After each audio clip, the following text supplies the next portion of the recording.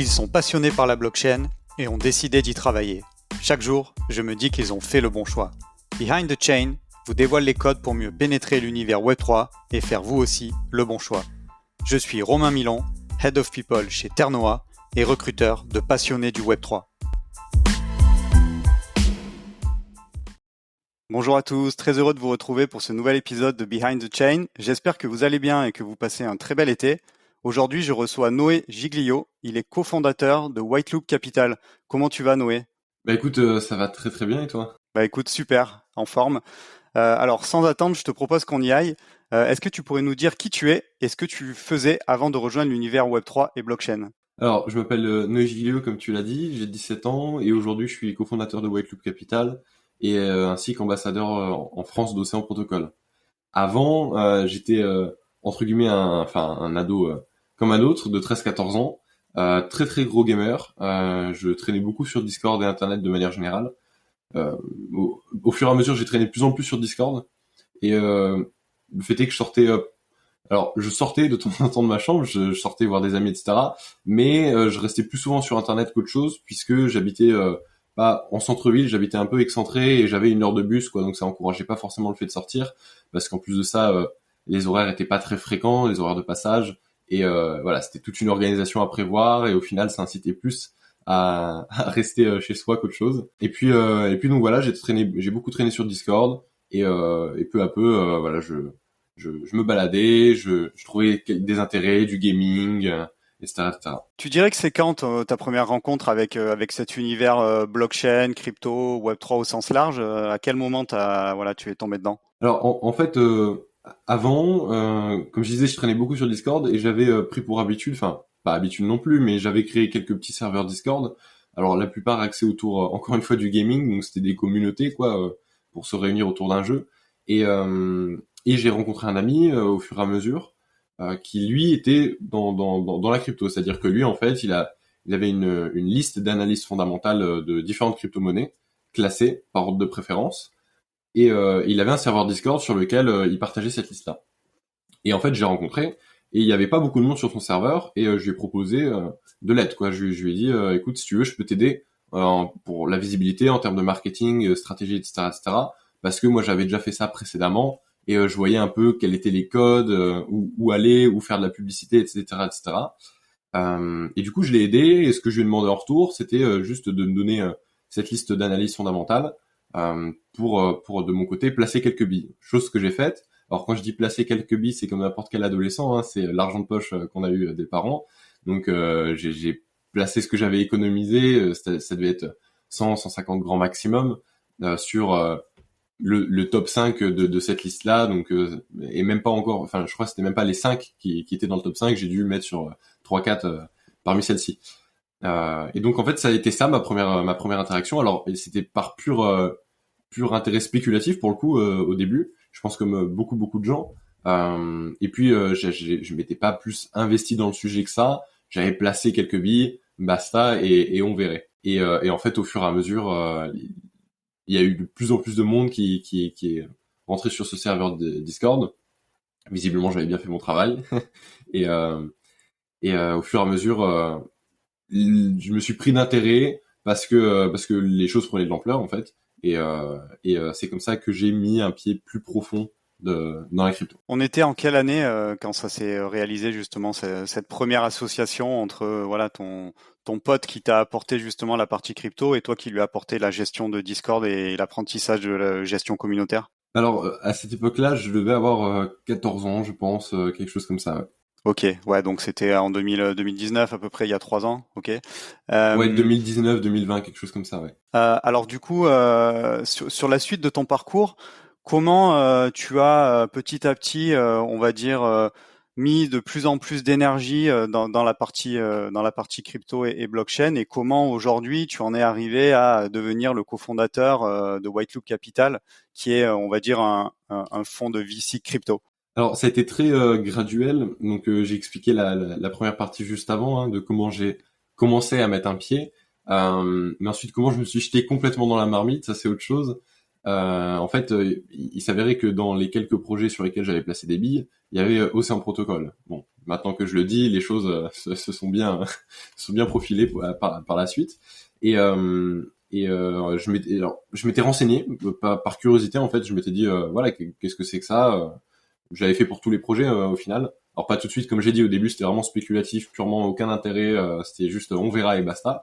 Et puis ensuite, je me suis dit, parce que il y avait de plus en plus de monde sur le serveur, les gens en parlaient de plus en plus, je me suis dit bon, je vais pas passer pour un con, puisque c'est quand même moi qui co-gère entre guillemets le Discord, en tout cas la communauté.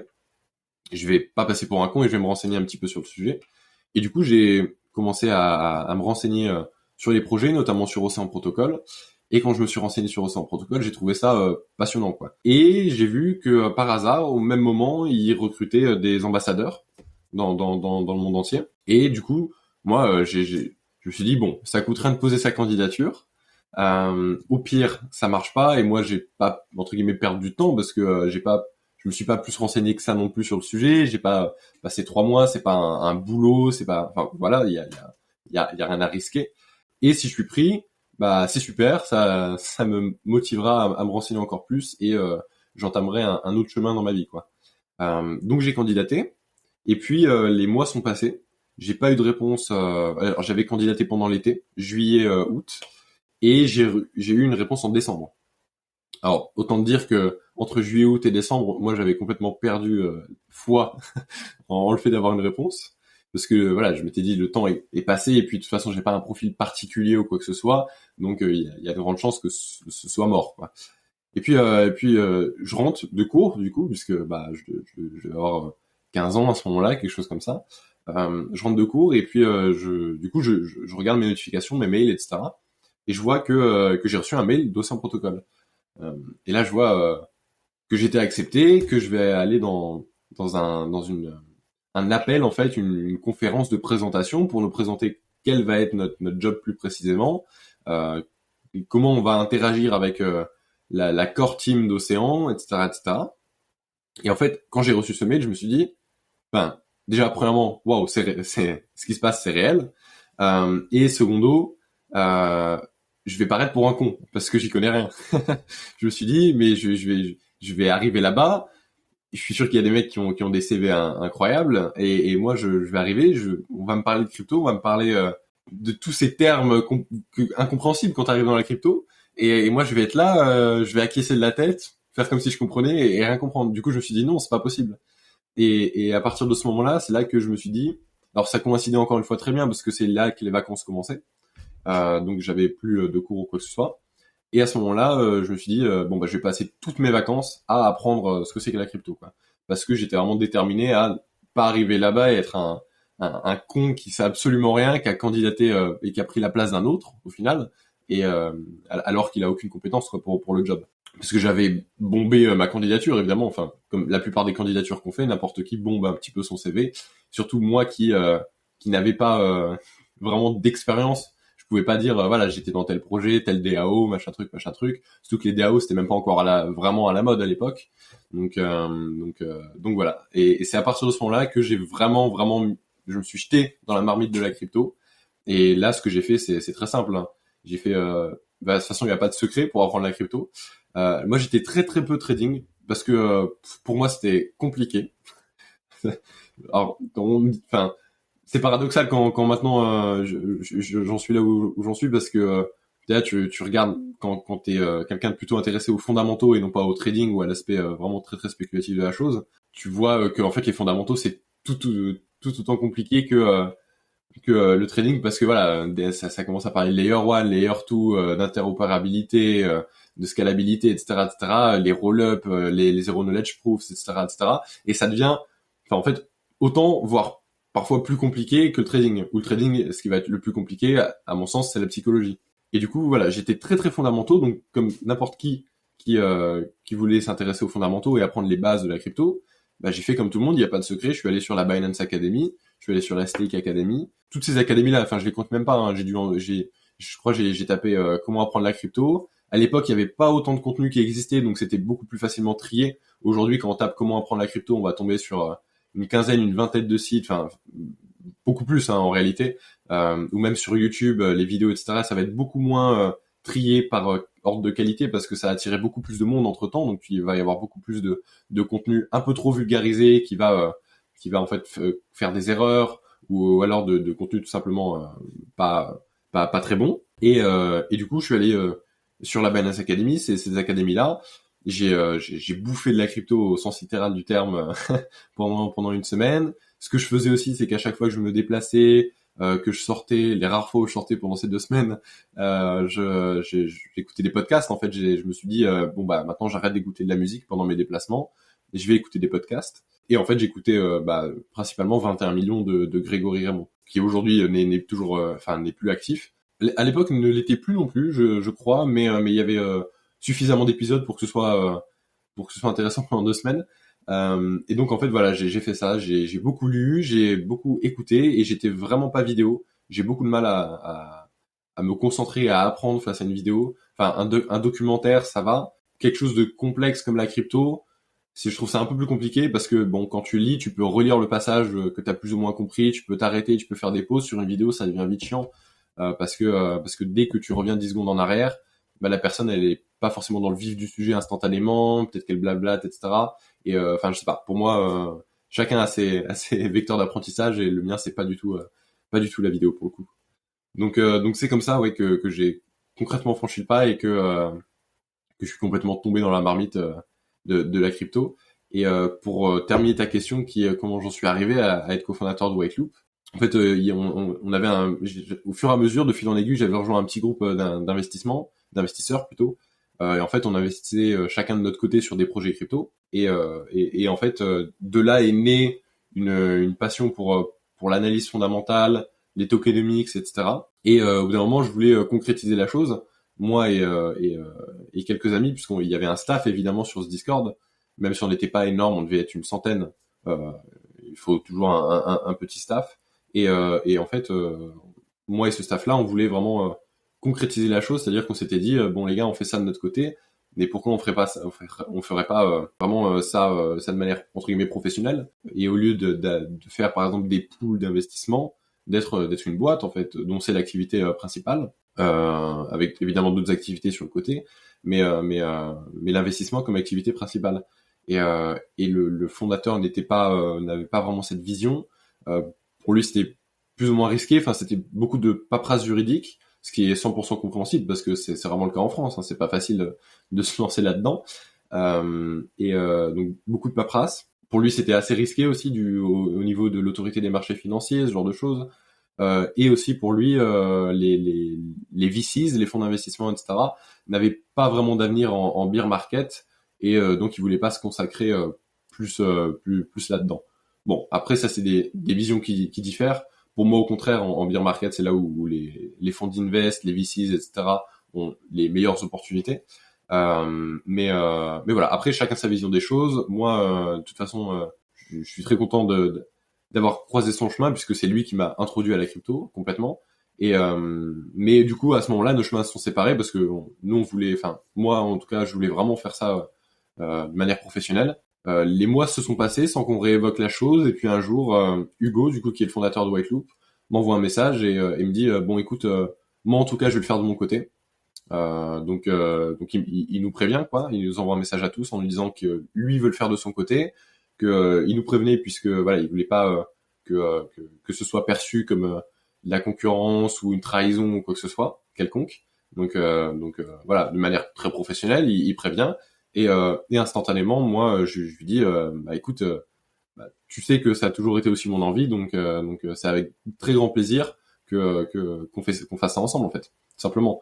Et Xavier qui était aussi dans ce groupe-là a fait la même chose, a tout de suite répondu en disant alors lui de son côté c'était j'ai pas énormément de temps parce que lui est plus âgé et secondo a déjà un travail et donc pas énormément de temps mais avec plaisir qui contribuerait de son côté là où c'est plus pertinent en fonction de ses compétences quoi. Et donc c'est à trois qu'on s'est lancé dans cette aventure et c'est à trois qu'on a commencé à construire Whiteloop. Qu'est-ce que ça t'a apporté dans ton début, on va dire, de carrière professionnelle d'être ambassadeur chez Océan. Et la deuxième, c'est, enfin, je me dis, c'est un peu lunaire. Enfin, tu dois être un peu un ovni par rapport aussi à tes potes de lycée.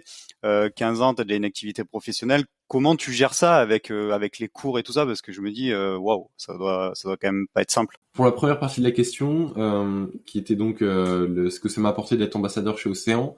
Bon, une partie de mon activité en tant qu'ambassadeur, c'était de faire connaître Océan en fait autour, quoi, dans la communauté française. Et donc dans ce cadre-là, j'intervenais sur des Discord communautaires crypto. Il y en avait beaucoup moins encore une fois à l'époque aussi, mais j'intervenais dessus. Et en fait, je faisais des sortes de conférences où je présentais Océan et ensuite je faisais une FAQ, je répondais aux questions des gens et voilà. Et en fait, ça m'a permis d'acquérir alors peut-être pas non plus une autorité parce que j'ai pas la prétention de dire ça, mais en tout cas on me connaissait déjà un petit peu et surtout j'étais vu comme enfin j'imagine comme quelqu'un de relativement sérieux puisque voilà. Alors je représentais la communauté d'Océan. Je présentais ça, voilà, et tranquillement. Et en fait, ça a permis d'avoir un background, quoi, parce que pour quelqu'un qui a 15, 16 ans à ce moment-là et qui a aucun passé professionnel, aucun passé dans la crypto, etc. Le fait d'être ambassadeur de Saint Protocole, c'est la chose qui atteste d'une certaine qualité à juste titre ou non. Après, voilà. Mais en tout cas, ça m'a permis, oui, d'être d'être pris plus au sérieux, j'imagine. Et pour la deuxième partie de la question, qui était du coup, est-ce que je suis un ovni, etc. Comment je gère ça au lycée, etc. Alors moi, j'ai la chance d'avoir des facilités en cours, c'est-à-dire que j'ai pas vraiment besoin d'écouter beaucoup pour comprendre ou même de bosser chez moi. Enfin, j'ai rarement bossé chez moi mes cours, pour être honnête. Et oui, et en fait, déjà la crypto, premièrement, l'anglais, ça venait de plus en plus facilement. Donc les cours d'anglais, c'était pas très compliqué au final. Et surtout que bon, le niveau en langue au lycée est pas non plus stratosphérique. Et pour l'espagnol, vu que mon père est brésilien, je parle portugais couramment et du coup ça encore une fois ça donne des facilités pour l'espagnol. C'est pas la même langue évidemment, mais quand tu parles portugais, tu comprends ce qu'un espagnol te dit. Ce qui est le seul travail qui va devoir être fait, c'est au niveau de la conjugaison, déterminaison, ce genre de choses, et certains mots qui n'existent pas en espagnol et vice versa. Donc pour les langues c'était ça, et puis pour les autres matières en fait, à part mes spécialités, donc pour contextualiser, à partir de la première en fait on choisit parce que aujourd'hui il n'existe plus les filières, ça n'existe plus, donc il n'y a pas de bac S, ES, etc. En fait on choisit des matières qu'on appelle des spécialités, et on va en choisir 3 en première, on va en garder que 2 en terminale, et on va passer notre bac sur le tronc commun et ces spécialités là. Et moi en troisième, en première j'avais choisi sciences économiques et sociales, sciences numériques et sciences de l'ingénieur. Et en fait, c'était que dans ces spécialités-là que je devais vraiment bosser, parce que naturellement, c'était là où c'était le plus compliqué. Surtout les sciences numériques, parce que c'était littéralement de la programmation, et moi, j'avais quasiment aucune base en programmation. Un petit peu parce que avant, j'étais assez orienté cybersec, avant de découvrir la crypto aussi. Donc, j'avais quelques notions de code. Enfin, je comprenais, mais ensuite, pour programmer, c'était une autre histoire quand même.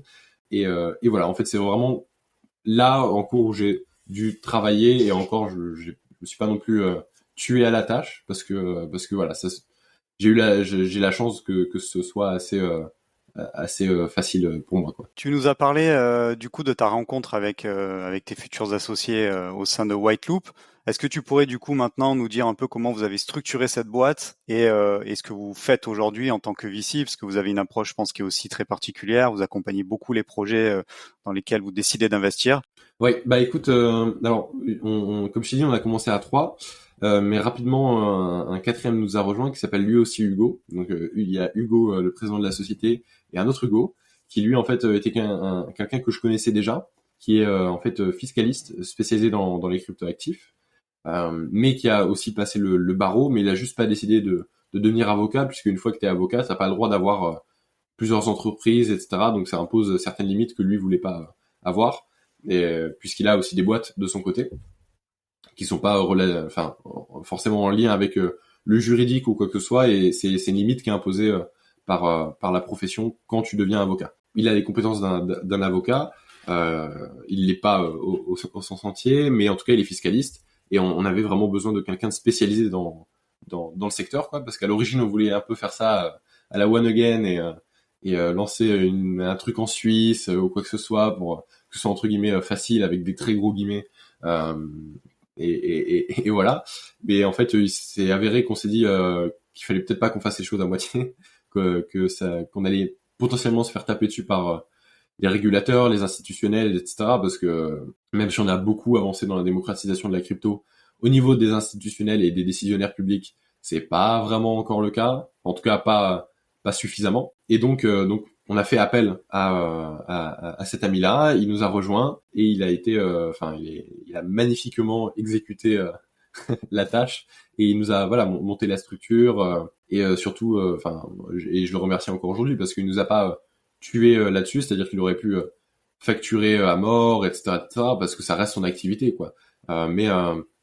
Mais au contraire, il a fait des très gros efforts. Il a fait la plupart des choses, même encore aujourd'hui, à titre gratuit.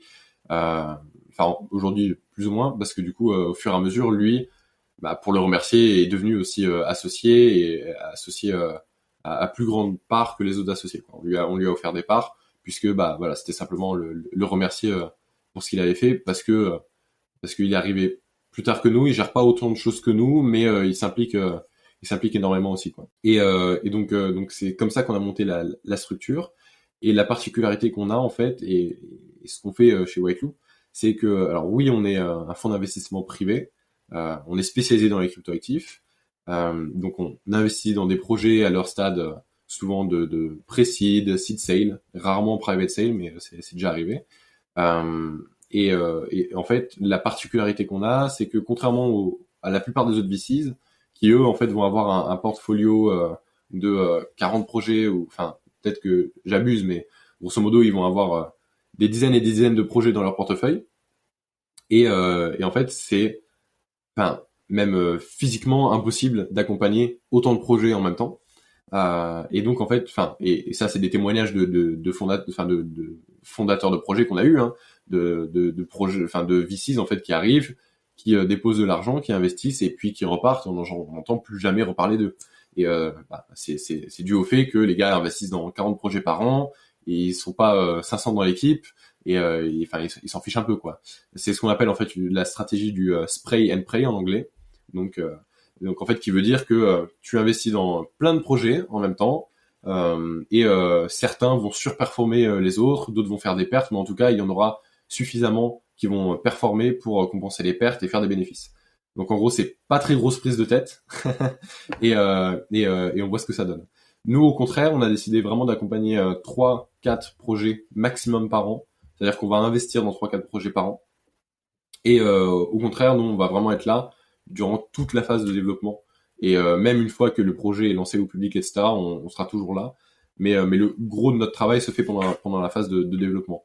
On va vraiment review les tokenomics, pour la plupart des projets aujourd'hui qu'on accompagne, on a vraiment fait une très très grosse analyse des tokenomics et de donner des très gros conseils qui, dans certains projets, ont été votés, appliqués, hein, des modifications qu'on a pu proposer. On les aide vraiment au sens où on essaie d'être un rond-point pour eux, c'est-à-dire qu'on a des partenariats avec des médias spécialisés dans la crypto, mais aussi des agences de marketing spécialisées dans la crypto. Donc dès qu'il va s'agir d'aller vers le marché, de se faire connaître ou de publier une mise à jour ou quoi que ce soit, nous on va pouvoir le médiatiser. On va pouvoir mettre l'impact dessus. Aussi au niveau juridique, si jamais le projet décide de lancer une filiale en France, une ICO en France, ou veut tout simplement passer le PSAN en France, du coup notre directeur juridique, Hugo, comme je disais, qui du coup entre-temps est devenu directeur juridique interne à Whiteloop, parce qu'avant c'était externalisé vers sa société. Mais du coup voilà, via lui on peut proposer ces services-là. Idem pour la conformité. Avant, ce qu'on faisait aussi, c'était de la gestion de trésorerie, c'est-à-dire qu'on plaçait une certaine partie de la trésorerie des projets pour la faire proliférer. On a un peu ralenti cette activité au vu des récents événements, parce qu'on veut absolument pas être exposé à à des volatilités aussi imprévisibles. Pas fortes parce que dans la crypto, tout la volatilité est forte par définition, mais en tout cas, on peut plus ou moins la prévoir. Et aujourd'hui, bon, il y a énormément de mouvements au jour où on enregistre ce podcast qui sont pas très très prévisibles. Et donc, on essaie de pas s'exposer là-dessus, d'être un maximum hedge, c'est-à-dire de subir quasiment aucune perte, voire aucune. Et donc, voilà, on a relativement ralenti là-dessus, mais c'est quelque chose qu'on va reproposer au fur et à mesure. Évidemment, des conseils, etc., etc. Donc, on est vraiment dans l'accompagnement et même en fait, on peut proposer tous ces services individuellement à des projets dans lesquels on n'a pas forcément investi sur la base tout simplement d'advising, donc de conseils, quoi. Alors, on a plein de choses aussi qui vont arriver dans les prochains mois, qui vont être très sympas, des choses qui nous tiennent à cœur. Surtout à moi pour le coup ce à quoi je pense et ça arrivera dans les prochains mois et ce sera une toute autre chose que l'activité principale de Whiteloop actuellement. Tu nous fais un beau teasing, est-ce que tu peux nous en dire un peu plus ou pas? De manière générale, on n'aime pas trop parler des choses qui sont pas complètement finalisées parce que voilà, on n'a pas envie de créer une hype pour rien si jamais on décide d'annuler, on n'a pas envie de mettre en avant des choses, mais ce sera autour de l'éducation, voilà. Merci d'avoir dit un petit mot quand même. Je ne sais pas si tu peux communiquer, mais sur le montant des tickets que vous investissez dans les différents projets, ou ça reste confidentiel, ce que je comprendrai bien entendu. Non, nos tickets, enfin, alors le montant précis qu'on investit, évidemment, lui est confidentiel, mais pour donner une fourchette, tout simplement, ça peut varier de 100 à 250 K. Pour 2022, du coup, est-ce que vous avez encore des projets dans lesquels vous souhaitez investir, ou est-ce que vous avez bouclé votre phase d'investissement pour cette année? Enfin, on est qu'à la moitié de l'année, donc j'imagine qu'il y a encore un peu de place peut-être. Ah oui, actuellement, on a investi dans 3 projets, donc il nous en manque un quatrième, et on est toujours, enfin, on est actuellement en due diligence. Enfin, on a en vue de quelques projets dans la crypto ou en lien avec la crypto. Qui nous plaisent et voilà, on est en discussion, on est en analyse, c'est un processus qui surtout vu les conditions du marché d'aujourd'hui prennent un certain temps, et puis aussi parce qu'il faut pas se précipiter sur une opportunité, parce que dans un écosystème comme la crypto, il y en a énormément qui se présentent constamment, et ce serait bête de se précipiter sur une opportunité, d'un peu bâcler sa due diligence, etc., et d'avoir une meilleure opportunité derrière. Après, c'est des choix, hein, ça aucun sens aussi de se dire j'ai investi dans telle chose, j'aurais pu investir dans un truc mieux après coup. Ça a aucun sens. On fait des choix et voilà. Mais l'idée c'est de voilà, rien bâcler, prendre son temps pour analyser la situation et ensuite y aller avec toute notre force. Tu nous as donné tout à l'heure des précieux conseils, voilà, quand tu t'es lancé toi-même. Donc, tu t'es énormément formé quand tu avais été sélectionné pour être ambassadeur protocole. Donc, tu avais lu beaucoup de littérature, tu avais fait les différentes académies. Bon, d'ailleurs, on peut peut-être même aussi considérer qu'être ambassadeur d'Océan, c'était un moyen aussi de se former. Est-ce que tu conseillerais d'autres choses, ou est-ce que tu as quelques regrets, même si tu es jeune, pour peut-être aller encore plus loin, ou des erreurs que tu as pu commettre que tu pourrais nous partager? En termes purement d'apprentissage, alors comme tu dis, oui, avoir été ambassadeur d'Océan, c'était très très formateur, hein, parce que j'étais entouré que de personnes absolument fantastiques dans l'écosystème, et ça m'a beaucoup aidé ensuite. Enfin, dès que j'ai voulu lancer mes propres projets en termes de réseau, juste ça en fait, c'était absolument énorme. Mais des conseils pour l'apprentissage, enfin, de manière générale, alors ça dépend du profil, mais quelqu'un qui va passer par exemple du Web 2 au Web 3 dans des postes plus marketing, communication, ce genre de choses, je conseillerais simplement en fait de réinitialiser la base de connaissances, parce qu'en fait il y a beaucoup de choses du Web 2 qui, une fois appliquées au Web 3, sont absolument incompatibles. Je pense surtout en termes de marketing, ou même en termes les personnes qui vont chercher des investissements pour des projets, ce genre de choses. Enfin, il y a beaucoup de choses qui sont complètement incompatibles et qui peuvent souvent même nuire au projet Web3 une fois que c'est appliqué dessus. Surtout en termes de communication. J'entends vraiment en termes de communication, c'est très très différent, les codes sont pas du tout les mêmes. Donc voilà. Et de manière générale, quelqu'un qui veut se renseigner sur la crypto, qui veut se lancer dans ce domaine-là, bah absolument, enfin juste rentrer en toute humilité, se dire qu'on ne sait rien, qu'on ne sait absolument rien, parce que même encore aujourd'hui, moi je sais rien, hein, au vu du nombre de choses et du nombre d'innovations qui sortent tous les jours en fait. Enfin tous les jours on a une nouvelle innovation, tous les jours on a un nouvel article, enfin des dizaines de nouveaux articles, etc. Enfin, il y a des quantités de choses à apprendre. Même si on arrêtait aujourd'hui, je pense, l'innovation, si on mettait un stop instantanément aujourd'hui, on aurait pour des mois, voire des années d'apprentissage, je pense, avant de tout maîtriser. Donc oui, enfin, avoir une humilité complète et persévérer. Enfin, vraiment se bloquer, on va dire 2 semaines, un mois, où on va vraiment manger de la crypto, écouter des podcasts, lire des articles, regarder des vidéos si ça convient à la personne, et voilà, faire que ça, parce qu'en fait, il faut vraiment tomber dans la marmite, quoi. Si on est à moitié dedans, c'est comme, voilà, il y a des, en fait, il y a des secteurs qui sont tellement en activité et qui nécessitent tellement d'attention et d'investissement que on peut pas faire vraiment autre chose à côté. Si on veut y être à fond. La cybersécurité, par exemple, si tu y es pas à fond, tu vas rater énormément de choses. Il y a énormément de choses qui sortent tous les jours, et la crypto, c'est pareil, voire pire, parce que on est dans la crypto en période d'innovation intensive. Donc, et en plus de l'apprentissage, il y a un tri derrière à faire, évidemment. Donc voilà, persévérer, se bloquer un mois, voire deux, et y aller à fond en toute humilité, quoi. En tout cas, je trouve que c'est une très bonne idée d'écouter des podcasts. Je like. Alors du coup, dans toutes les personnes que tu as croisées, que tu croises encore, tu dirais que c'est qui t'inspire le plus?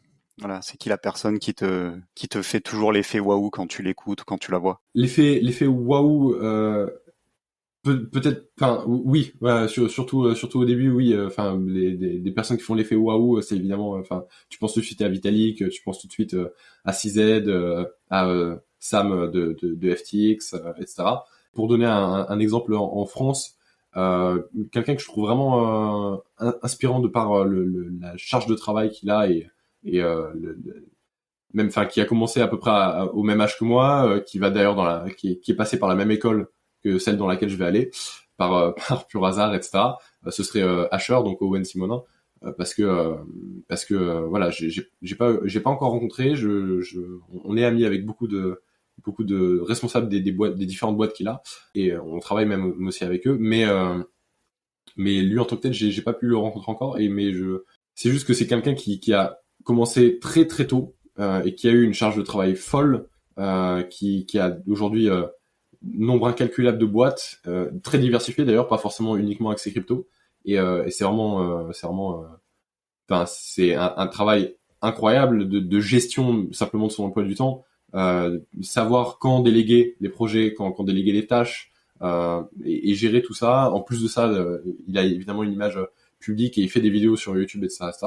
Donc oui, juste ne serait-ce que pour la gestion de ça, c'est quelque chose d'admirable, quoi. Merci pour ce partage. Tu dirais que c'est quoi ton projet coup de cœur du moment? Alors désolé, c'est peut-être pour toi une question piège parce que je veux pas voilà que te faire dévoiler des choses en avance ou des futurs investissements, mais peut-être plus à titre personnel ou un projet que tu suis particulièrement. Bon, j'imagine qu'il y a toujours Océan puisque tu es toujours ambassadeur. Voilà, est-ce que nous faire découvrir un projet que tu suis et que tu aimes bien? Deux autres projets que j'ai beaucoup en vue actuellement. Mais alors uniquement pour l'aspect fondamental, hein, derrière la chose et le projet en lui-même, hein, pas du tout pour l'aspect spéculatif. D'abord Lens Protocol qui est en fait pas un réseau social Web 3, mais plus une API de réseau social Web 3. C'est-à-dire qu'en fait c'est un protocole, comme le nom l'indique, qui va permettre de construire des applications dessus, des applications de réseaux sociaux en fait. En fait c'est comme si on avait le social graph qui est l'algorithme utilisé par notre Facebook par exemple, qui permet voilà de calculer les relations entre les gens, ce genre de choses. Et dessus on a Facebook qui construit, etc. Et l'exemple le plus connu aujourd'hui, même si on est à un stade absolument embryonnaire du projet, l'application la plus connue aujourd'hui qui est construite sur Lens, c'est Lenster, qui est en fait du coup une sorte de Twitter construite à partir de l'API de Lens. Et en fait, Lens, c'est tout con, hein, on mint un profil. Notre profil est sous la forme d'un NFT. Et grâce à ce NFT, qui est du coup au nom de notre pseudonyme qu'on aura défini lors du mint, on va pouvoir se connecter aux différentes applications de Lenster. Et on aura la même identité sur toutes ces applications-là. Et à confirmer, mais je pense même que quand on entre guillemets écrit un message sur, par exemple, Lenster, donc l'application construite sur Lens, il doit être retransmis, je pense, sur les autres applications de Lens. Donc c'est vraiment universel. Et en fait, ce profil, si par exemple moi je l'envoie à un autre wallet, à un ami par exemple, c'est lui qui aura mon identité. Enfin, désormais, je pourrai plus me connecter par le simple biais de mon wallet puisque j'ai plus le NFT. et mon ami pourrait complètement m'usurper usurper mon identité. Et le second projet que j'aime beaucoup aussi, il s'appelle Undify. Là, c'est aucun rapport, hein, mais pour le coup, c'est juste en fait une application qui va vraiment être dans l'aspect onboarding, donc faire rentrer les nouveaux utilisateurs dans la DeFi de manière très très simple, c'est-à-dire en étant un rond-point, en permettant en fait à n'importe qui de stake des jetons, d'aller dans des pools de liquidité, de faire des swaps, etc., sans devoir passer par un DEX. C'est-à-dire qu'aujourd'hui, la journée typique d'un utilisateur, ça va être d'envoyer des euros sur Binance, d'acheter des Ethers sur Binance. S'il veut acheter un jeton qui n'est pas listé sur Binance, il va devoir créer un MetaMask, comprendre ce que c'est qu'un MetaMask, une seed phrase, etc., l'envoyer sur son MetaMask, depuis son MetaMask, aller sur un DEX, payer les frais, ensuite aller sur le DEX, et si son jeton il est sur une autre chaîne qu'Ethereum, il doit passer par un bridge, etc. Enfin, c'est très compliqué, et enfin, pour un utilisateur normal même, enfin même moi aujourd'hui, parfois c'est lourd de devoir faire ça. Aujourd'hui ça me prend 5 minutes quoi, parce que j'ai l'habitude, mais c'est lourd. Enfin, quand tu fais ce genre d'opération souvent ou quoi, ça devient très très très rapidement chiant, si je peux me permettre. Et donc Undify, pour le coup, c'est une sorte de finale de layer 3 quoi, qui va vraiment vouloir de manière très très intuitive, avec en fait, la définition d'Undify, enfin, je définirais Undify comme ça, et ça veut tout dire, au lieu de vouloir blablater pendant 30 secondes là-dessus. C'est l'expérience d'un exchange centralisé, donc par exemple d'un Binance, d'un FTX, sur un exchange décentralisé. On retrouve la même expérience, la même fluidité, la même facilité en fait d'interaction, et pour autant, on fait pas du tout les mêmes choses. Merci pour ces deux projets. On arrive déjà à la dernière question. C'est passé très vite, comme d'habitude. Est-ce que tu sais où tu seras dans 10 ans, où tu aimerais être idéalement, voilà, à 27 ans, ce serait quoi ton parcours rêvé ou idéal?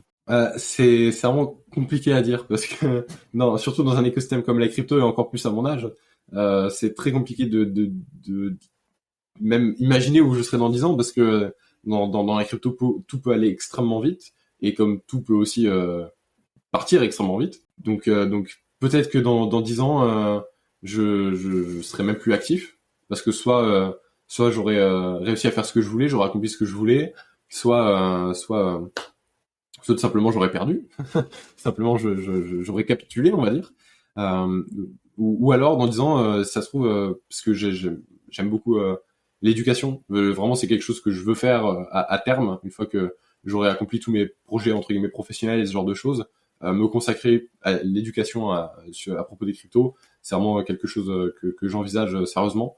Donc peut-être que dans 10 ans, j'aurai accompli ce que je voulais professionnellement, et je serai, si les universités le sont assez ouvertes. Je sais que les écoles par exemple de commerce le sont de plus en plus. Notamment, il y a beaucoup d'associations comme la Cryptosphère dans les écoles de commerce.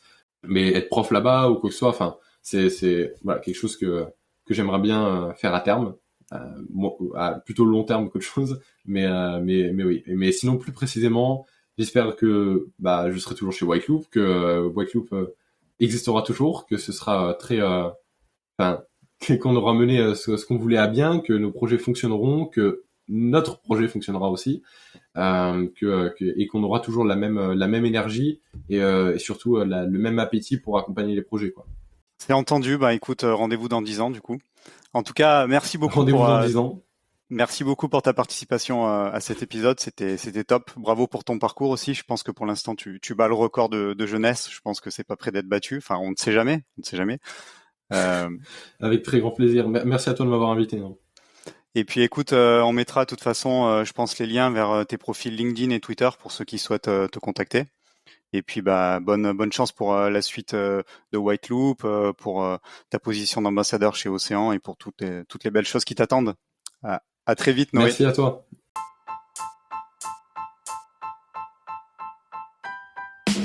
Merci d'avoir écouté cet épisode jusqu'au bout.